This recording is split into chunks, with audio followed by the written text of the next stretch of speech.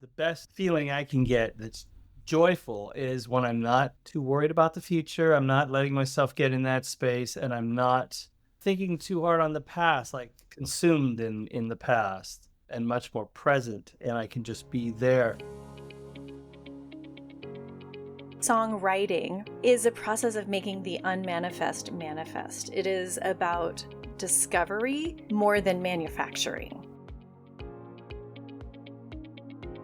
The world, it can be so tumultuous, and our schedule and our expectations and all the anxieties that come with all of that. And so finding that steady place feels like joy. You're listening to Solving for Joy. I'm your host, Dr. Chrissie Ott. Hello, and welcome to this week's episode of the Solving for Joy podcast.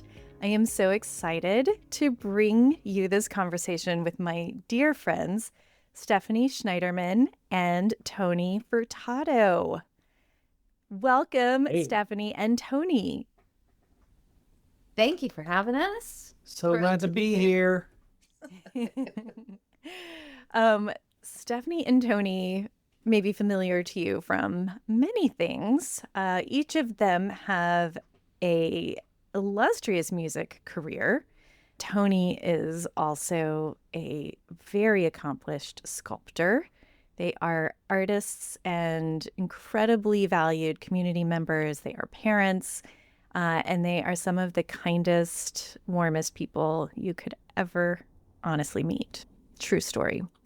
Tony and Stephanie and I met when I had a very tiny one-woman micro practice, and I was doing primary care and got to meet them as they were expecting their son 12 years ago. That's right. I know. It's wild. Yes, it's been a while. But luckily we've gotten to stay friends and stay in touch, and we get to talk about solving for joy things today with you two. Yes. I have memories of being in the beautiful space you created and coming to you. You were our pediatrician for our son. I feel like we talked your ear off back then about even things that didn't have to do with our son. So we're just continuing the theme all these.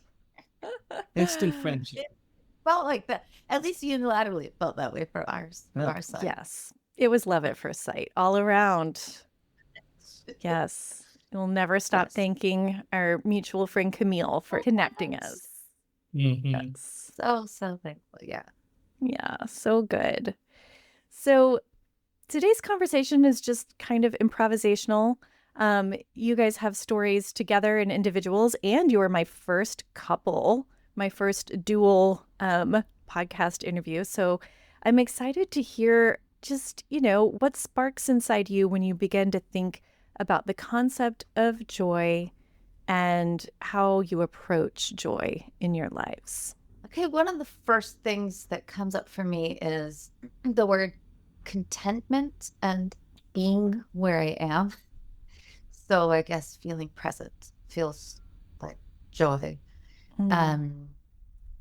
Because it's just the world, it can be so tumultuous, and the details of our own lives could be so tumultuous, and our schedule and our expectations and all the anxieties that come with all of that we're just riding that surface water all of the time. And so for me, coming to a slightly deeper place under the surface where it's more still feels content and present. And so finding that steady place feels like joy. As you describe that, I feel it in my body. Like I feel like that settling downward rather than our upwardly displaced energy, which is such a frequent aspect of our pace of life right now. I think I can latch on exactly to what you said by thinking my most calm, zen-like, the best feeling I can get that's joyful is when I'm not too worried about the future. I'm not letting myself get in that space, and I'm not thinking too hard on the past, consumed in the past. and worried about the future, and much more present, and I can just be there. And I tried to get myself like when I feel stressed out, I try to just get into that present moment, and then it's easier to find joy. Does that make sense? Yeah. It's very zen. It's neither grasping or striving, and it's also not obsessing or fixating. It is very Yeah. much in this present moment. And in our pre-conversation, you alluded a little bit to how you access that in your studio. I wish I had Yeah. visuals for the podcast, but will you share with us just a little bit about your process as well as the product? But tell us about you as a sculptor a little bit, because I think Yeah. that's such a beautiful doorway into an expression of joy. Sure. Well, it started when I was a youngster.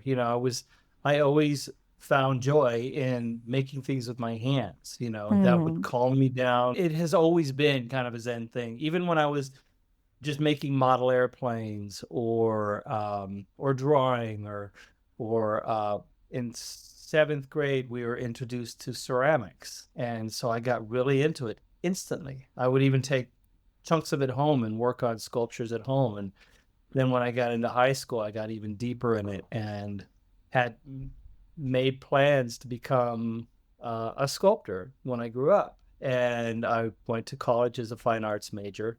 I left early to tour and record and be a professional musician. But about 20 years ago, I started getting back into sculpting because it kind of felt like a need. And once I started allowing myself that time and that space and creating a space I could call studio, because a studio doesn't have to be a studio. It's wherever you practice, it's wherever you create. That was my basement at the time when I lived across town. And whenever I'd get down there, I would just feel my heart rate lower. I would feel everything, the cruddiness of the music business would disappear, and I could just be very present in what I did. And that's the way it is even now when I've got a professional studio across town. I go there and I create things I actually sell and get commissioned and put in galleries. Doesn't matter. When I'm in there, everything still becomes a little more still, and I feel um, more healthy. Yeah. There's this feeling that as a songwriter, um, I call it kind of like a drifty mindset, which drifty to me, I guess, if I were to define it, means there is zero attachment, because it would be inappropriate to have attachment in the moment of writing. If I'm sitting at the piano, or I'm playing guitar and writing a song, because you're following something that I believe, like when you hear this idea for a song, it's almost like seeing a door that's just a little ajar and knowing that this room, the song is the room, and this room exists. It already is there. And my job is to go sit in it for a while and discover what it is. And I'm sure you relate to Yeah. sculptures because they already exist. Yeah. And so that driftiness it's almost like a soft vision when you look at a painting you look at something with soft vision, but you're doing that with your brain. You're just loosening, and it's an openness to whatever that is supposed to be. So it's not really about if we attach, becomes more from an ego place of oh, I want it to sound this way, or I want it to be this way, or I want it to be this way, versus just following what it already is, and having reverence for the thing that you're discovering, not having it have to be anything, because that's when you're gonna kill the natural state it's supposed to live in. You're describing this in such a sacred way, Stephanie. I'm hearing reverberations of this is a process. Songwriting, right, is a process of making the unmanifest manifest. It is about discovery more than manufacturing.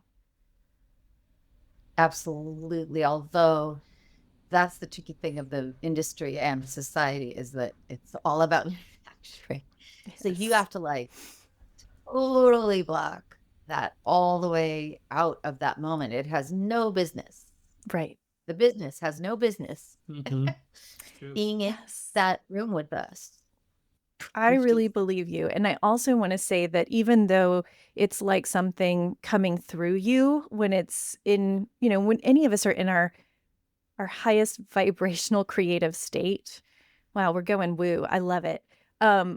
Also, we are still adding to it, right? It's a co-creative process. There is some inspiration. We've been given this golden thread and we can't clamp onto it or it will like basically break and disappear.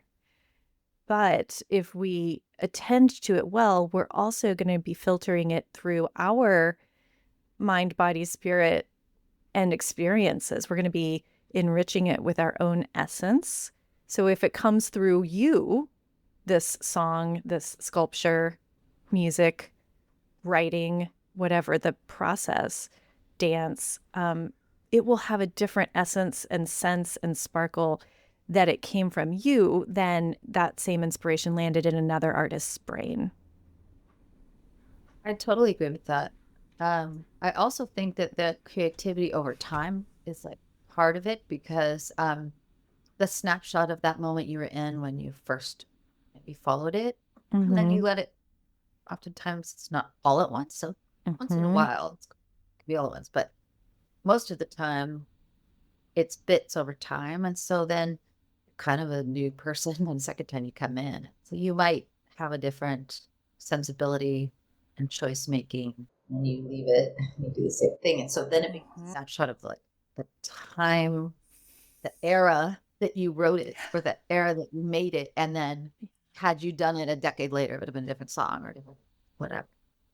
I was going to add to that, say that another way sometimes I see it. I love all of how you're describing the creative process. And it's like this thing that exists for a room.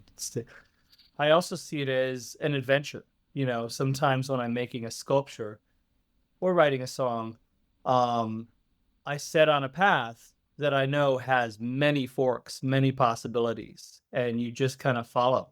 You're going down a path. You're seeing where it goes, and you can always double back. You can always take another one. You can always cut a whole new path, cut your own little, make your way through the wilderness and find where you're going.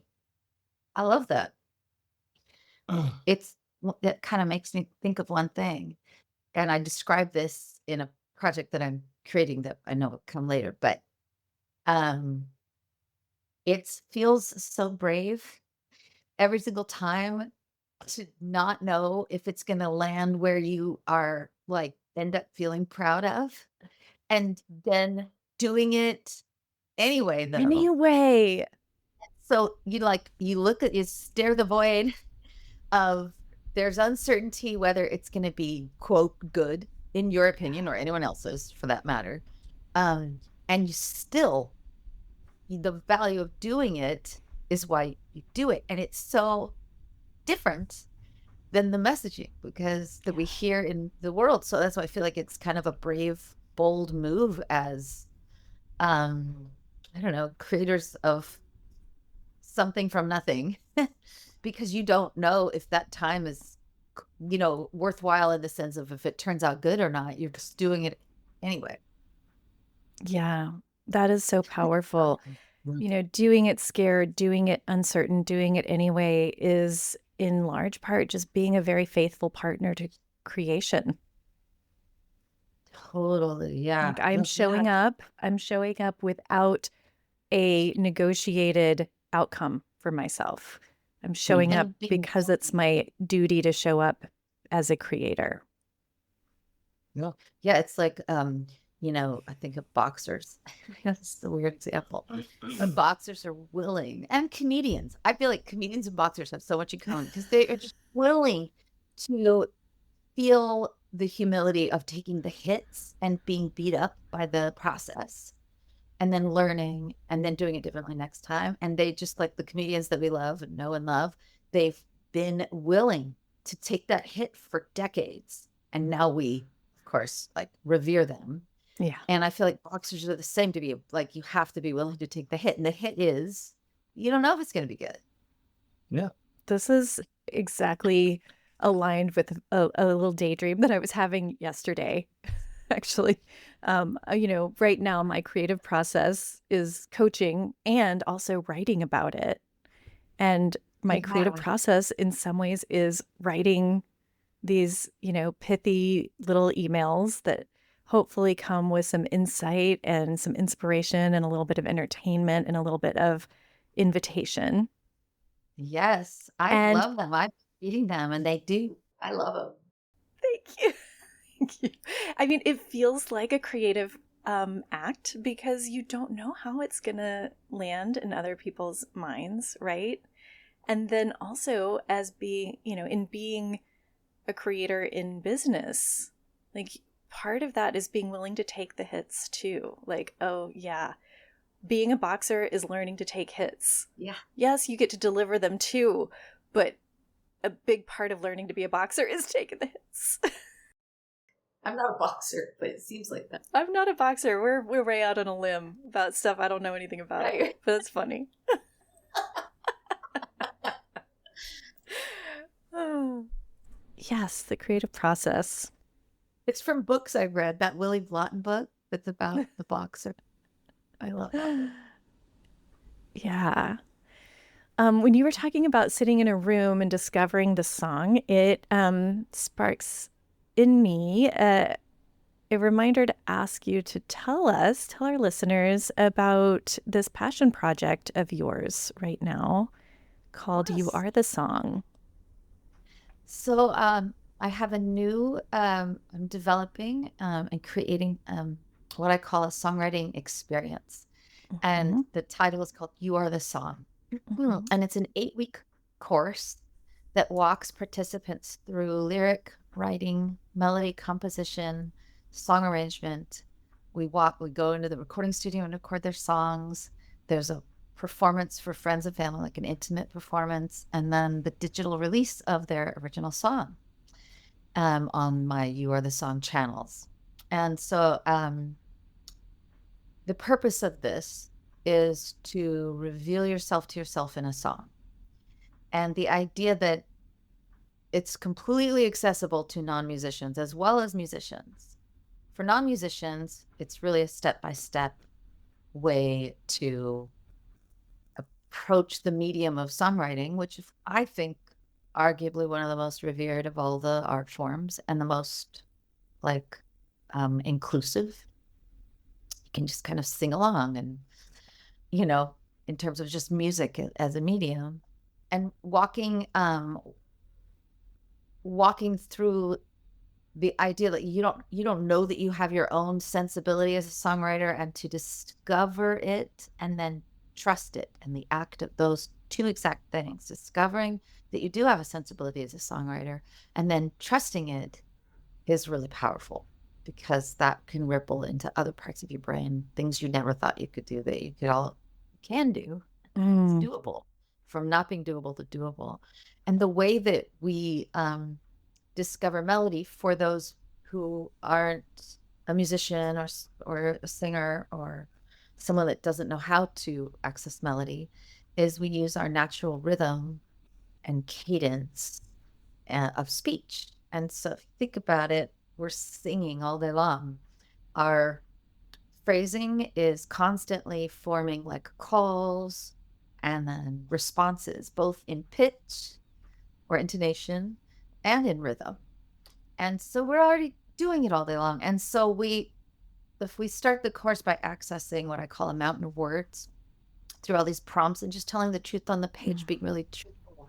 And I think about things that are really evocative, at least to me personally, and the things that give me goosebumps, or the things that ignite our inner chia pet. They tend to be true, not clever. True, not cool. So we're just trying for truth. And I guess trying is even the wrong word, because it's simpler than that. It's like this idea that when you're looking at yourself in the mirror and no one else is around, there's no such thing as trying. You just are. And so like capturing that on the page And then once we create like a mountain of words using all these prompts, I have like a workbooklet that goes with the course. Mhm.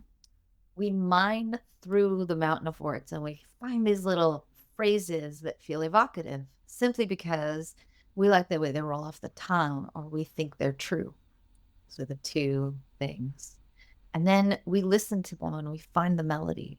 And then I personally, as a musician, help someone construct the song like around those phrases that become musical patterns. And we grow those patterns into sections called verses. And then we grow the patterns into sections called choruses. And we create a song.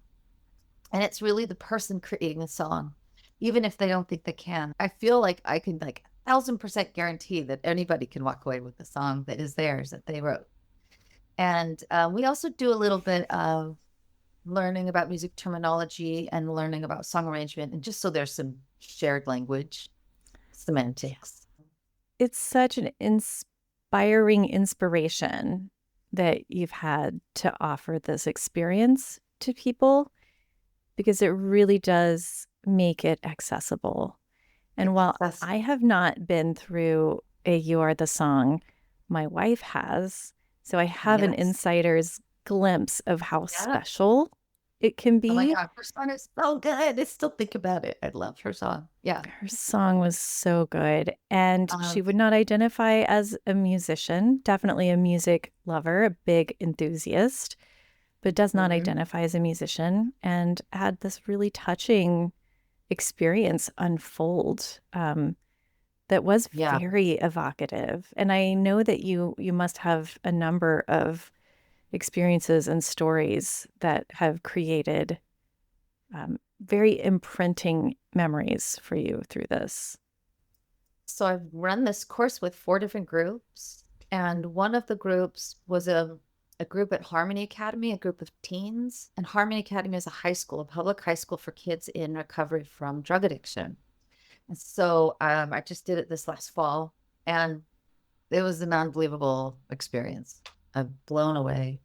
Kids are really authentic and courageous and so much fun. Yeah. Can you tell us a particular story without, any identifying features that might represent that? About the rockin' guy. He is amazing. So many stories. Oh, there's so many. One of the students, he wanted to do like the death metal song, and it's awesome. It's called Plead for Mercy, and it's just like full of all this angst, and it was amazing. But the other one that I was going to talk about was this young girl who had a bunch of things written in her journal about a friend who passed away from ODing, and it was such a beautiful song called Like We Used To, and it's like dreamy and very this pop sensibility and almost trance-like, and the words were, on the surface it's like on the surface it's like you're drowning is a comfort. So it goes, on the surface it's like you're drowning is a comfort, sorrow is what you know. And we just like repeated that. It's like this beautiful trance-like thing with all these harmonies that we added. And I don't think she ever thought, I just listened to her speak that over and over, that phrase, and that kind of put us in that room that we talk about the song. The song defines itself based on the mood of those words and her very like beautiful phrasing and the writing of that wave about those words. And it turned into the most beautiful song. All the songs are posted on a SoundCloud page. I haven't taken the course myself, but I've witnessed some of the folks taking the class, and because sometimes it's right here, and so to hear what everyone's going through, it's so transformational. I mean, and I it's like the group becomes one, like they are there for each other, and it's an incredible process to witness. And the people who come in, non-musicians, and all of a sudden they have a song, it's like, what? It's so cool to watch. It's so cool to be part of. And what was nice about doing it at Harmony Academy is I brought in another songwriter, so I'm kind of building a team, and I hope to expand that this year, so it's not just me. It includes some more people, and I'm wanting to bring this to groups of women that are dealing with breast cancer and people involved with the Dougie Center and women who've been trafficked, or both men and women who've been trafficked, and just groups as like a tool or for, I guess, processing or metabolizing life, just like we do for a living, but helping somebody do that in a song. Yeah. You're really honoring the healing power of songwriting and music creation. It is therapeutic. Yeah. I mean, we do it as therapy for ourselves. I remember when my father passed away, 12, 13 years ago, I remember I started the process of healing, just writing, not intending to have songs that I would record, but it was therapeutic for me. I ended up getting some songs I recorded, but during the process, it made me like really think back to my relationship with my father and how his life and his death impacted me, and to put it into song. Yeah, it was processing, it was finding understanding and coming to terms. And so to see people, you be able to help other people do that who aren't musicians, it's just, I'm in awe. Oh, Mhm.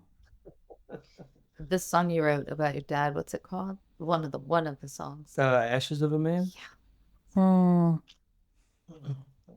Beautiful. It's reminding me, my father's death anniversary is coming up next month, and it will be 3 years, so it's still relatively newer. But one of the things that I felt an urgent urge to do while he was, at hospice and, in his final days, was I made a giant playlist of all the songs that he told me he loved.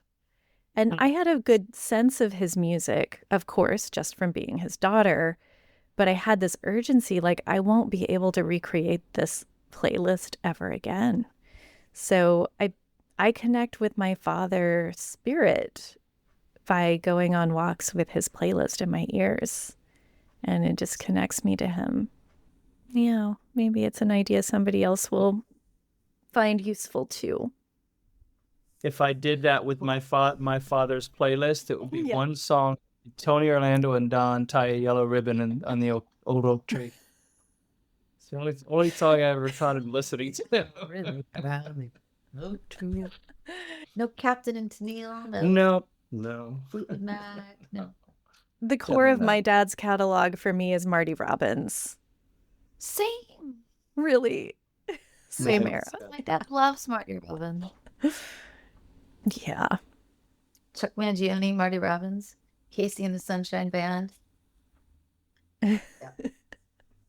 We talk a lot about this, doing the mental math of solving for joy all the time. And, we have more and less adaptive or functional ways of solving for joy. But one of the funnest things for me to discover is what people have found to be variables that they used to think were constants. And I know that, things naturally change over time.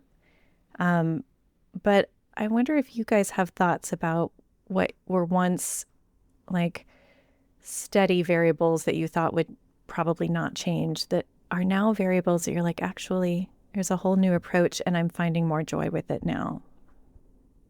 Yeah. I have one of those. I started into the music business like running, pretty much. I dove in. I left college early and signed up with a touring folk band called Laurie Lewis and Grant Street, a Berkeley, California-based bluegrass and folk band. And at 20 years old, that became my life. That's how I started earning my living. I started self-identifying as a touring artist. It was like that would come out of my mouth. I'm a touring recording musician for years and years. And my touring became more and more and more until it got to the point where I was gone 2/3 of the year, toward the end of the 90s, beginning of the 2000s. And it gradually tailed off. And then when we had our son, tailed off more. But still, it's always been present in my mind. That's what I do. That's what I do. That's what I do. Until recently, I started rethinking this out of necessity, emotional necessity, everything, family, financial. It's like, maybe I don't have to do that. Maybe maybe that's not how I have to identify. It was becoming too much. It wasn't becoming something that, now as a 57-year-old man who's a father and a husband and who enjoys very much being home. I enjoy being home much more than I enjoy being on the road. I love performing on a stage, but now I think my own paradigm has shifted to where I don't have to identify like that. I can identify, sure, I'm a musician, I'm a visual artist. I get so much joy out of just being in my studio creating art. And then when I need to go out and play a few gigs, I'll do that. But that's not how I'm going to identify anymore. I love that you brought in the identity piece. The identity piece is such a powerful insight. I want to pause and really plant that. I'm thinking back to some of the things that I learned from Atomic Habits, James Clear's book, Atomic Habits. And we won't often change the habit, even the ones that we really want to change, when we haven't shifted our identity. So as soon as we begin using language, I am blank, we're saying I equal blank. That's the mathematical representation of that, as opposed to I am currently doing blank, right? There's a little bit more complexity in that. I'm Tony Furtado. I happen to currently be spending a lot of time on the road touring instead of I am a touring musician. And the more we practice that identity statement, our language is setting up reality all around us, right? We're becoming that with every pass of practicing that. Not to get all into neurolinguistic programming, because I'm not an expert in that field, but I do really believe that our words and thoughts are the most powerful creators of our reality. It's been tricky for me to come to that realization and shift. And every time I say it differently now, it's like, oh, right.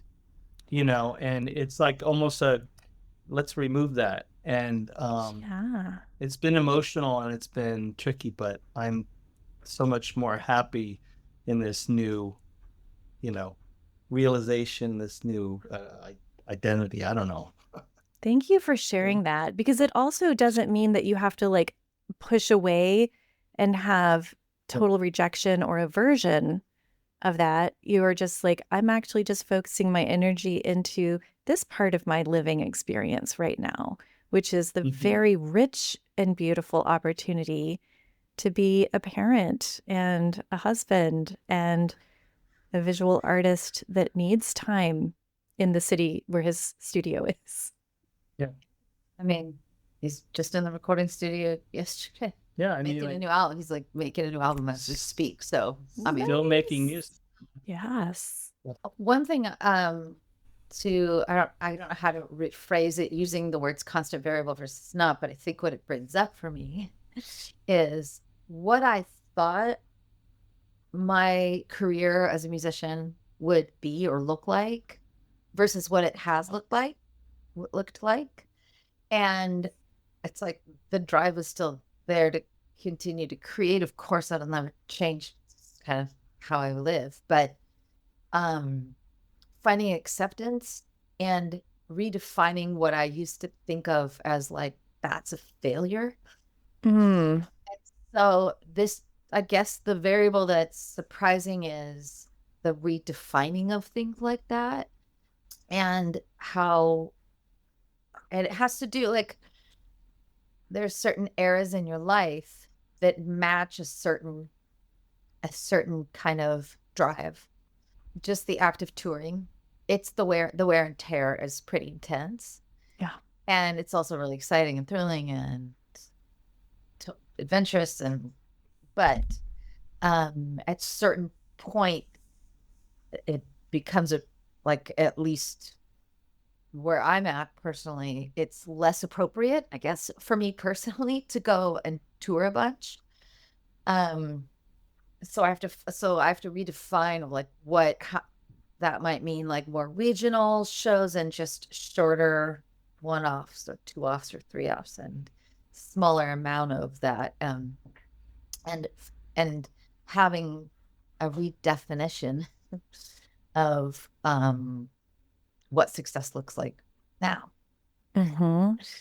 Because I think I'm probably guilty of clinging to an older definition of what success was or looks like, that might not be as appropriate today for who I am, like right now at my age, right here, right now. And so it's surprising. That's all very surprising to me, because I think based on my definitions when I was a lot younger, it would feel like a failure. Well, we're always rubbing up against culture's definition of success and not really being asked for our own generative expression of success. Yeah. Also, it's really easy to weigh heavy on the things that don't happen versus all the things that do, that are like beyond your expectations, like amazing things.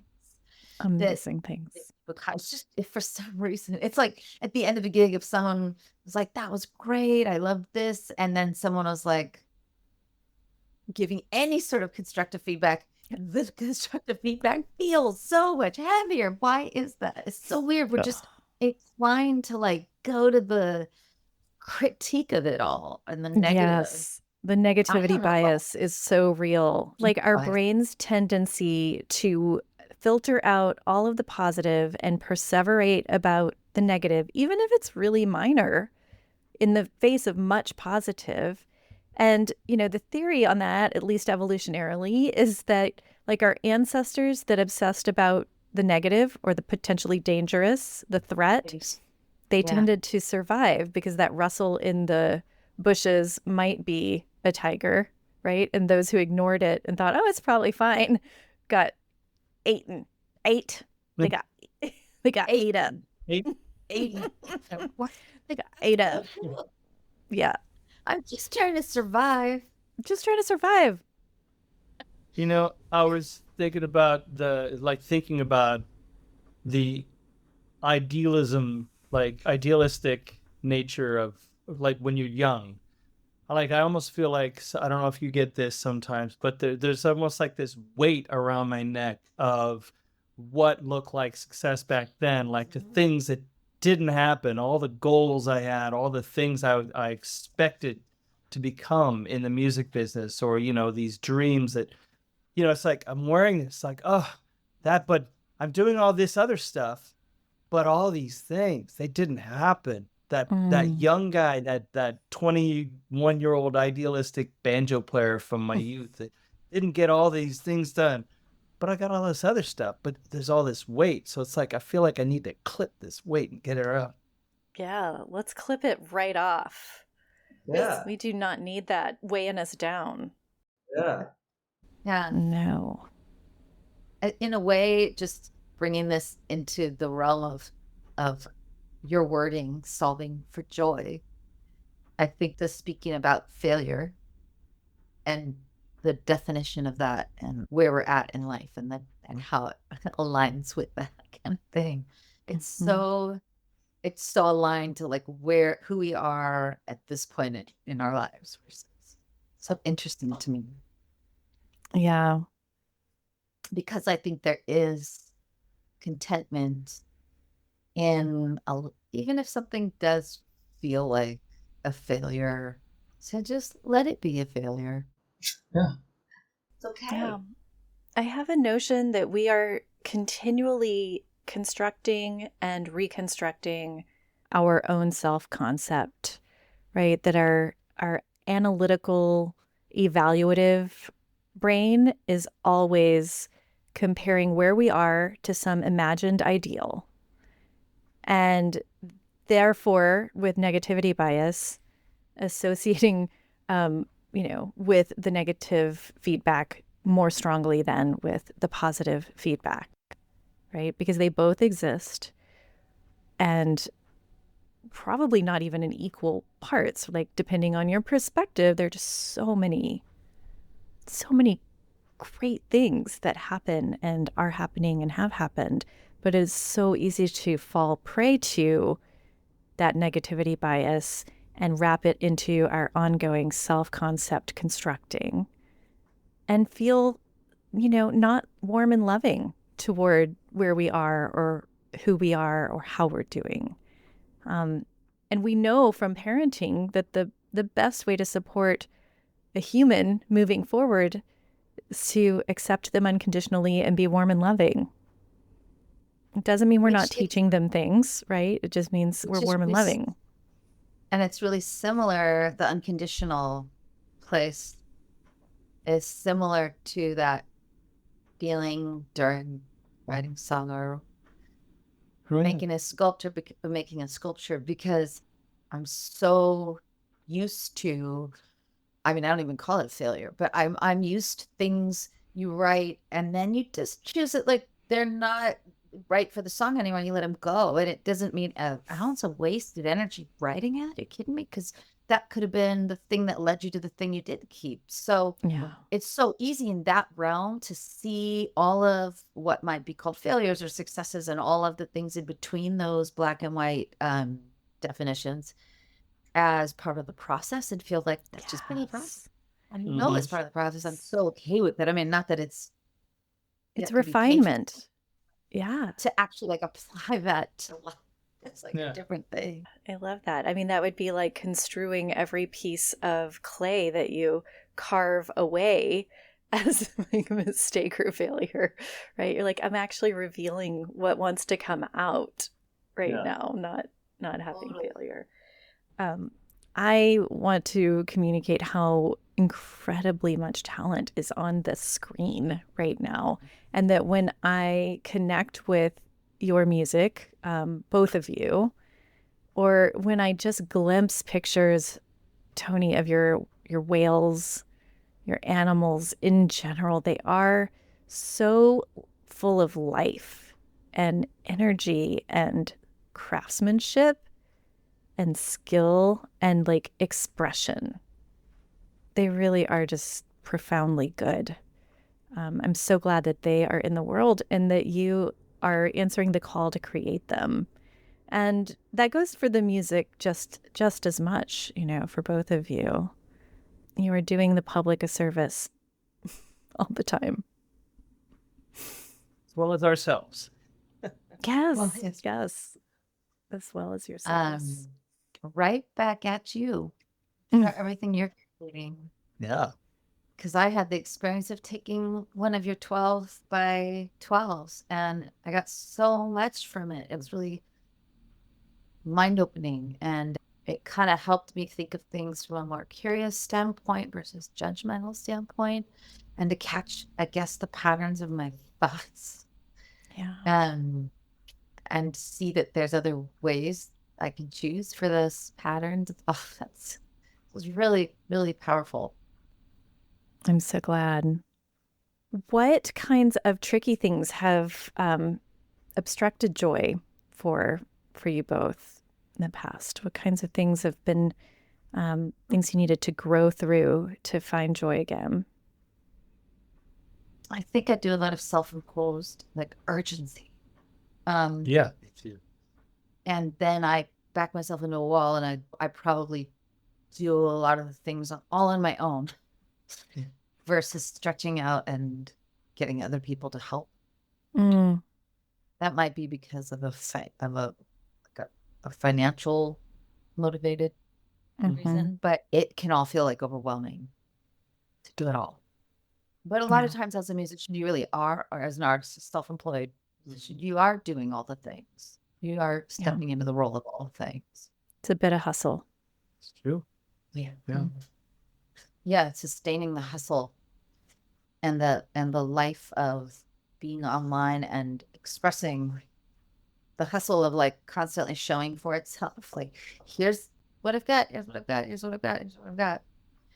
That's interesting because I think I'm more inclined to just like create really privately and have a privacy around, not that I don't like to talk about it, but not share it while it's happening, and then just share what the thing I created sort of speak for itself, and the constant online sharing that is sort of required to like keep yourself up there, which that feels like a struggle because it doesn't really match like my own sense of.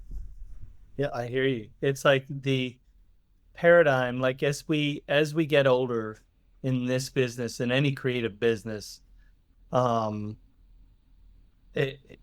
you have to, I mean, you don't have to, but there's this shifting paradigm of connection, with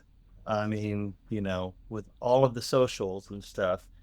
And if you're growing up in a time of the socials, you're so quick to use that stuff. You're so quick to think about how to manipulate that stuff to serve your purpose, to reach your crowd or a new crowd. Where, like, for me, I have to learn quickly about this new thing called whatever and figure out all the whatever little intricacies of how to utilize that thing. And by the time I figure it out, they're onto a new platform using this other thing. And this thing over here, that's for the old farts like me. And I'm like, wait a minute. I just figured that out. I got to do this one now, and this one, and this other one that's just now coming about. But how am I going to do that and then create these what are supposed to be awesome pieces of art and music and then get it out there? Right. Yeah, right. There's only yang. Only yang. All yang all the time. There's no yin ever. I remember the days, and you do too, where you go to Kinko's and you make your little postcards. You have all your gigs put on it, and you send it out to your not email list, your snail mail. And that was actually pretty zen and pretty fun sometimes. But you did that. That's all you had to do. What if you did that again? Yeah, well, people talk about it. People do. Like, I'm retro. Gen X, y'all. Just release 8 tracks and then walk the people door to door and just tell people about our gig. Oh my God, so funny. So funny. What would you tell your younger selves about joy as we begin to wrap up? Be okay with change. Yeah. Learn from your missteps. It's okay. It's okay. It's not the end of the world if you mess up. You just roll with it. Just part of being human.